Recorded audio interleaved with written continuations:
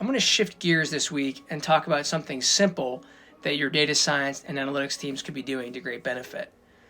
Now, this is within the general area of knowledge management, which as a term I don't think catches the ear the way that, let's say, space travel does. But this is a low-hanging fruit, so I've been talking about this quite a bit, and Hakuin has been evangelizing this. It's a widespread issue with a pretty simple solution, so bear with me.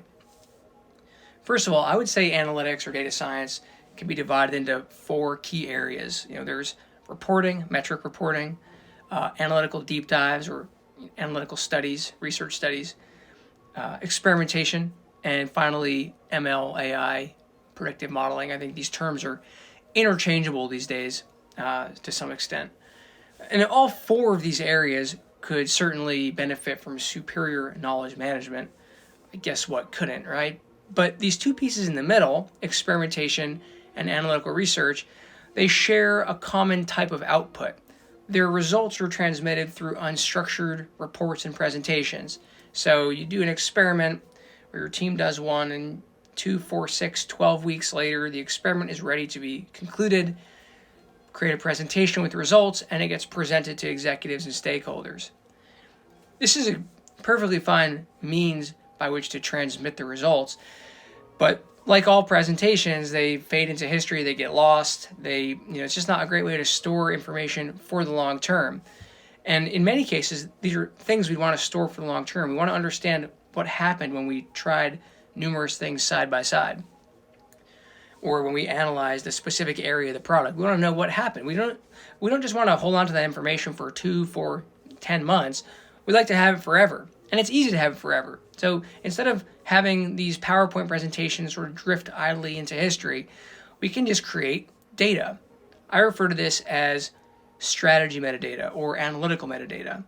This is the data surrounding the setup, execution, and most importantly, results of, let's say, an experiment or research study. And like any other data, product metadata or user data, this is a schema that should go into your data store. So whether it's Snowflake or Redshift, it makes no difference whatsoever. You just need to create a schema and ensure that you're distilling the results down and putting them in there.